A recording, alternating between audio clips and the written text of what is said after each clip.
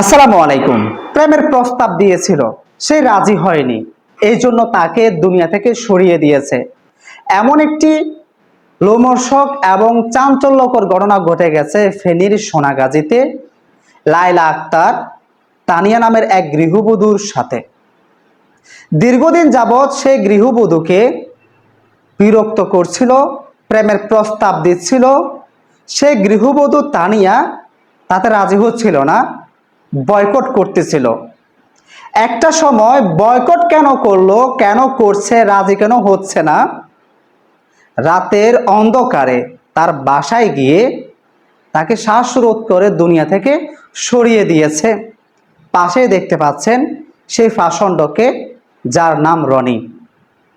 এই রনির সাথে তানিয়ার পরিচয় হয় একটা স্বর্ণ দোকানে। সেই স্বর্ণ কেনার জন্য একটি স্বর্ণ দোকানে যায়। সেই স্বর্ণ দোকানের কর্মচারী ছিল এই রনি।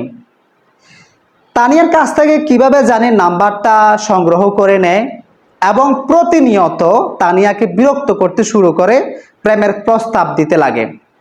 অথচ তানিয়ার স্বামী রয়েছে প্রবাসে, তার দুইটা ছেলে সন্তানও রয়েছে। সে রাজি হচ্ছিল না। একটা সময় এই ঘটনার কথা তার দোকানের মালিককে গিয়ে বলে, দোকান থেকে রনিকে বের করে দেয় এবং এই ঘটনাটা তার পরিবারের সবাইকে বলে। কেন তানিয়া তার পরিবারের সবার কাছে এই ঘটনা বলে দিল, গ্রামের সবাইকে বলে দিল, এতে ক্ষুব্ধ হয়ে যায় রনি। আবারও তাকে বিরক্ত করতে শুরু করলো। তানিয়া রাজি হচ্ছিল না। একটা সময় রনি প্ল্যান করলো, সে যেহেতু আমার প্রস্তাবে রাজি হচ্ছে না, আমার সাথে প্রেম করবে না, তাকে এই দুনিয়াতে আর রাখবো না। সে নিজে এবং তার কিছু সাঙ্গপাঙ্গ নিয়ে রাতের অন্ধকারে তারাবির নামাজের সময় তানিয়ার বাসায় যায়। তানিয়া সোনাগাজীতে একটি বাসা বাড়িতে থাকতো। সে বাসায় গিয়ে তার সাথে জবরদস্তি করে এবং তাকে শ্বাসরোধ করে। তার একটা ছোট বাচ্চা রাস্তায় কান্নাকাটি করছিল। কোনো এক ব্যক্তি এটাকে দেখার পর তার বাসায় যায় বাচ্চাটাকে কোলে নিয়ে। ভিতরে গিয়ে দেখে তানিয়া সোফার মধ্যে পড়ে আছে, তার নিথর দেহটা পড়ে আছে। তাৎক্ষণিক তাকে স্বাস্থ্য কমপ্লেক্সে নিয়ে যায়। কর্তব্যরত চিকিৎসক তাকে মৃত ঘোষণা করে।